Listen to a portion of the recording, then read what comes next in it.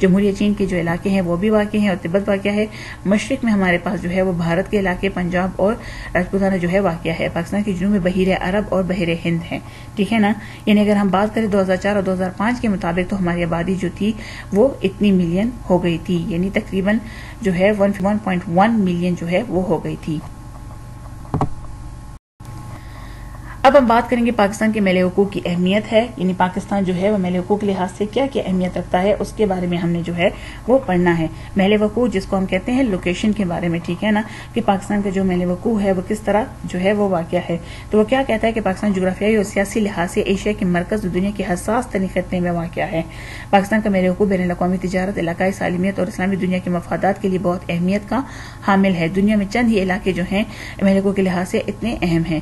پاکستان دنیا اسلام کے درمیان میں واقع ہے, یعنی بالکل جو ہے وہ بیچ میں واقع ہے, جو مغرب میں مراکش سے لے کر ٹھیک ہے مشرق میں انڈونیشیا تک پھیلا ہوا ہے, جس میں ایک سائڈ سے جو ہے ہمارے پاس مراکش ہے, دوسری سائڈ میں انڈونیشیا تک پھیلی ہوئی ہے. شمال میں وسطی ایشیا کی مسلم ریاستیں اور چین کا صوبہ جو ہے وہ موجود ہے. ان میں سے اکثر ممالک جو ہے وہ تیل کی دولت سے مالا مال بھی ہیں, یعنی جو ان کے پاس جو ہے وہ تیل بہت زیادہ موجود ہے. جنوب مشرق کے مسلم ممالک بعض معدنی اور زرعی پیداوار کے لحاظ سے بہت اہم ہیں. ان تمام ممالک کے ساتھ ہمارے تاریخی, مذہبی, ثقافتی اور تجارتی رشتے جو ہیں وہ قائم کیے ہیں. شمال مشرق میں پاکستان کی سرحدیں چین سے زیادہ تر ملتی ہیں. چین کے ساتھ ہمارے پاس جو ہے وہ شاہراہ قراقرم کے راستے, تجارت اور آمد و رفت وغیرہ بھی ہوتی رہتی ہے. شاہراہ قراقرم جو ہے وہ تجارتی اور فوجی لحاظ سے بہت زیادہ ہمارے پاس جو ہے وہ اہمیت کا حامل ہے. اسی طرح اب ہم بات کریں گے پاکستان وسطی ایشیائی ریاست کا جو ہے وہ دروازہ ہے. پاکستان کے جنوب میں بحیر عرب ہے جو بحر ہند کا شمالی حصہ ہے, ٹھیک ہے نا. یہ بین الاقوامی سیاست کے لحاظ سے جو ہے ہمیشہ خصوصی توجہ کا مرکز رہا ہے. بحیر عرب کے کنارے کراچی کی اہم بندرگاہ جو ہے ہمارے پاس ہے موجود ہے, جو بین الاقوامی بحری اور فضائی راستوں پر واقع ہونے کے باعث یورپی, ایشیائی اور افریقی ممالک کے درمیان جو ہے وہ رابطے میں اہم کردار ادا کرتی ہے. چین ہی کی مدد سے تعمیر ہونے والی نئی بندرگاہ گوادر بھی جو ہے انہی رابطوں بڑھتے ہوئے تقاضوں کو جو ہے پورا کر سکے گی. ان بندرگاہوں کی سہولت کی وجہ سے پاکستان کی اہمیت اور بھی زیادہ جو ہے وہ بڑھ گئی ہے. Afghanistan, Tajikistan, Uzbekistan, Kyrgyzstan, Kazakhstan, Turkmenistan اور آذربائیجان جو ہیں وہ خشکی سے گھرے ہوئے ہیں, یعنی ان کنٹریز کو ہم وسطی ایشیا کی ریاستیں کہتے ہیں, جیسے سینٹرل ایشین اسٹیٹ جو ہے وہ کہا جاتا ہے.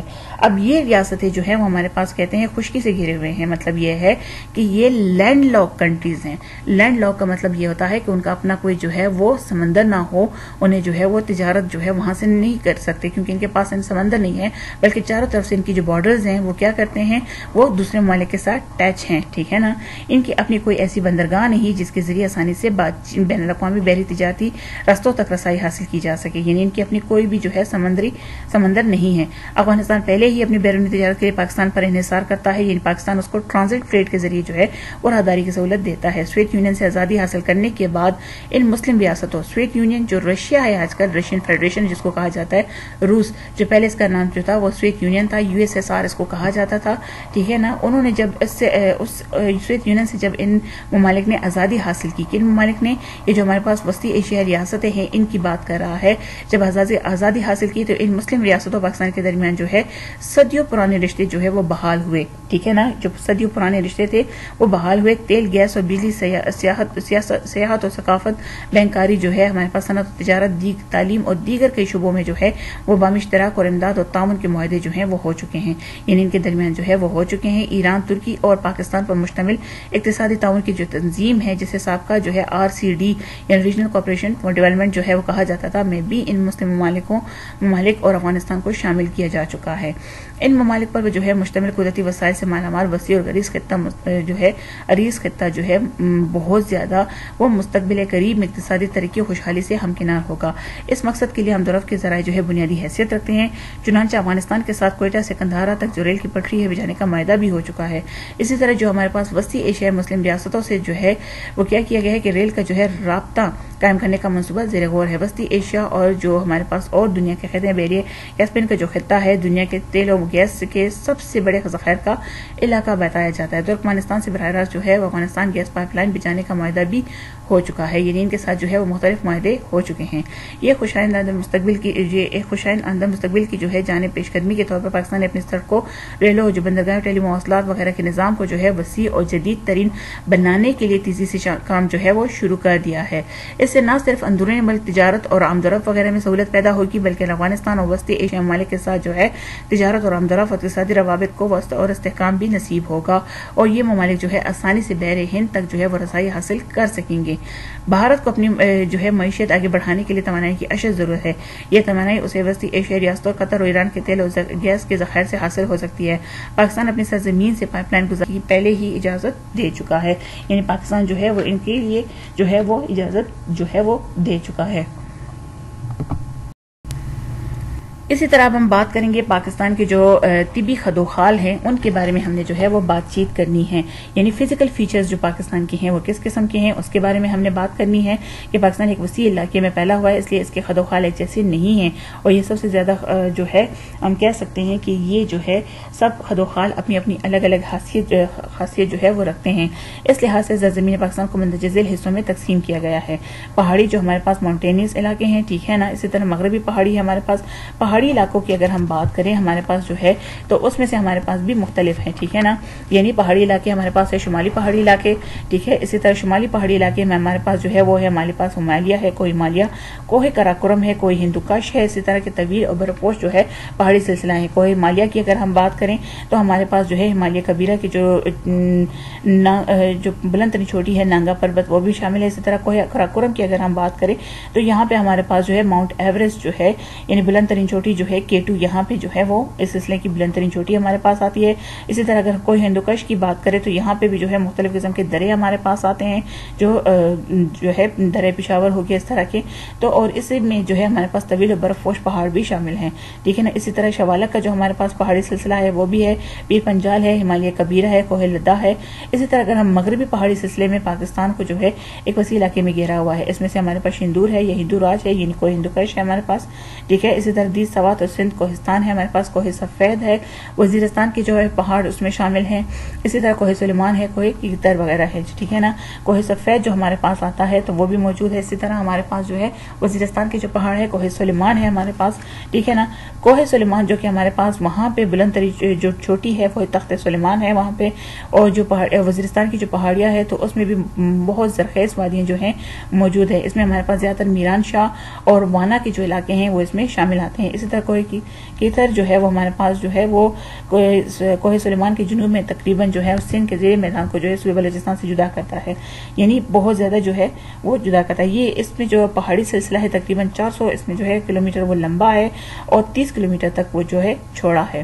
تو اسی طرح اگر کوہستانی نمک اور سطح مرتفع پوٹوہار کی بات کریں تو ہمارے پاس بھی جو ہے وہ ہے کوہستانی نمک کا سلسلہ جو ہے وہ ضلع جہلم کے جنوب سے شروع ہو کر مغرب میں کوہ سلیمان سے جا ملتا ہے۔ سطح مرتفع پوٹوہار کوہ نمک کے شمال میں واقع ہے۔ اسی طرح دریا سندھ کے میدانی علاقے کو بلائی اور زیر میدانوں میں جو ہے وہ تقسیم کیا گیا ہے، یعنی میدانی علاقے کو ایک ہمارے پاس دریا سندھ کا بلائی میدان یعنی اپر والا جو میدان ہے، اسی طرح جو ہے دریا سندھ کا زیر میدان جو لوور میدان ہے۔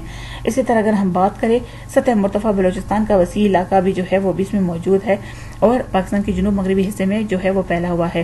تل اور تھر کا ریگستان بھی موجود ہے۔ تل جو ہمارے پاس پنجاب کے سائڈ پہ آتا ہے، ٹھیک ہے نا، اور اسی طرح جو ہے ہمارے پاس وہ تھر کا جو ہے وہ بھی موجود ہے۔ ضلع جو تھر پھاکر ہے ہمارے پاس میرپور خاص جو سندھ میں واقع ہے وہ بھی ریگستان ہے۔ اسی دریا سندھ ہے ہمارے پاس اور جہلم کے درمیان ریگستانی علاقہ بھی جو ہے وہ تل کہلاتا ہے۔ تل کا ریگستانی علاقہ پاکستان کے جنوب مشرق میں بہاولپور سے شروع ہو کر رنکوج کے کچھ علاقے تک چلتا ہے۔ ساحلی علاقے کی اگر ہم بات کریں تو پاکستان کا جو ساحلی علاقہ ہے صوبہ سندھ میں رنکوج اور بھارتی جو سرحد سے شروع ہو کر مغرب میں ایران تک جو ہے وہ پھیلا ہوا ہے۔ یہ دو حصوں یعنی ساحل سندھ اور ساحل مکران پر جو ہے وہ ہمارے پاس مشتمل ہے، ٹھیک ہے نا۔ تو یہ ہمارے پاس پاکستان کے طبی خدوخال ہو گئے، جس میں ہم نے جو ہے فزیکل فیچرز کے بارے میں تھوڑا سا پڑھا کہ پاکستان کا وہ کس طرح ہے۔ تو جی بچوں، یہ ہمارا آج کا لیکچر تھا جس میں ہم نے باب سوم کے جو ہے وہ تدریسی مقاصد پڑھے کہ ہم نے اس میں کیا کیا پڑھنا ہے. پاکستان کے میلوں کی اہمیت پڑھی، یعنی میلوں کے لحاظ سے، لوکیشن کے لحاظ سے پاکستان کی امپورٹنس کیوں ہے، کیوں ان کو جو ہے وہ اہمیت دی جاتی ہے. اسی طرح پاکستان کے وسطی ایشیا کا جو ہے وہ دروازہ اس کو کیوں کہا جاتا ہے. ٹھیک ہے نا، وسطی ایشیا جو ریاستیں ہیں جنہوں نے سوویت یونین سے آزادی حاصل کی، اس کے بعد پاکستان کے ساتھ ان کی جو ریلیشنز ہیں، کیونکہ یہ والی کنٹریز جو ہیں، وسطی ایشیائی ریاستیں جو ہیں، تاجکستان، ترکمانستان، یہ ساری کی ساری یہ ہمارے پاس لینڈ لاک کنٹریز ہیں، یعنی خشکی سے جو ہے خشکی میں گرے ہوئے ممالک ہیں. تو اس وجہ سے ان کو جو ہے پاکستان کو ان کے لیے جو ہے وہ دروازہ کہا جاتا ہے. اسی طرح پاکستان کی طبی خد و خال کیا ہیں، فزیکل فیچرز کیا ہیں، جس میں ہم نے مختلف پڑھے. ٹھیک ہے نا، پاکستان کا جو شمالی پہاڑی علاقہ ہے، اسی طرح مغربی پہاڑی سلسلہ جو ہے، کوہستانی نمک جو ہے، سطح مرتفع بلوچستان ہو گیا ہے، ساحلی علاقہ ہے، تل اور تھر ریگستانی علاقہ ہے. تو یہ ہمارا آج کا لیکچر تھا. امید ہے آپ کو آج کے لیکچر کی جو ہے وہ سمجھ آ گئی ہوگی. آخر میں ہماری وہی دعا ہے کہ جہاں رہیں خیر خیریت سے رہیں. آپ کا بہت بہت شکریہ.